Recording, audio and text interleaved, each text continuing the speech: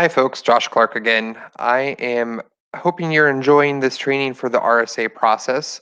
The next section that we're going to talk about are some common problems that you might find at an RSA. In this section, I'm going to briefly present common issues that may arise and give you some pointers on how to proceed. Keep in mind that if there are sometimes uh,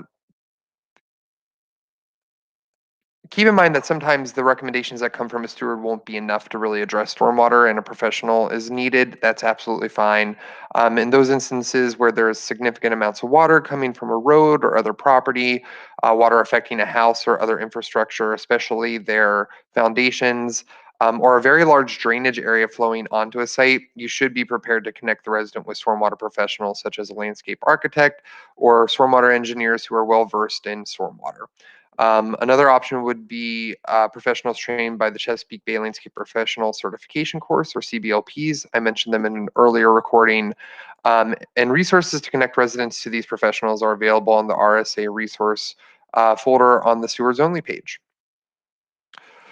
So the first common issue that I'm going to briefly discuss is stormwater coming from a road or other public impervious surface, which you can kind of see in this image.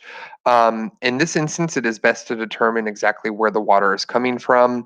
If it looks like it's a broader neighborhood or a single resident, just getting an idea of what that looks like can kind of help what's coming, uh, give you an idea of who to approach and who to talk to, and maybe giving some recommendations on how to fix it. If it's coming from the road and it's draining a large neighborhood, you can recommend that the resident contacts the city or county and let them know that stormwater is entering their property.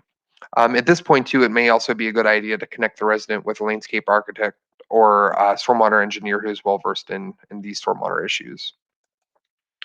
The next common issue I'm going to briefly discuss is stormwater coming from uphill neighbors. In this situation, if it is determined that the stormwater is entering a resident's yard from their neighbor's property, you may recommend having the resident have the neighbor contact WSA for their own RSA so that the recommendations could be made to handle stormwater closer to its source. The next common issue I'm going to talk about are wet spots that don't drain. I think this is something that we see all over the county. And there's really two choices in this situation that you can kind of move forward with. One is to really embrace the wetness. You could consider trees or wetland plantings that would thrive and even actively kind of suck up that water. Or the second option or second choice would be to try to reduce the volume of water coming to that spot through different best management practices, conservation landscapes, rain barrels, rain gardens, that sort of thing. Another common issue that folks really do contend with on RSAs or get asked about is bare soil beneath trees where grass doesn't grow. You'll probably hear, I would love to have a lawn back here, but I can't get anything to grow under these trees. And that's really what it is. In heavily shaded areas, lawns probably won't grow, and that leads to these bare spots and erosion. You might recommend converting these areas to planting beds that contain shade tolerant native plants. You could also recommend native ground cover such as Pennsylvania sedge to replace the lawn if the resident would really prefer that aesthetic. So the last common issue that I'm going to really touch on here is the idea of steep slopes.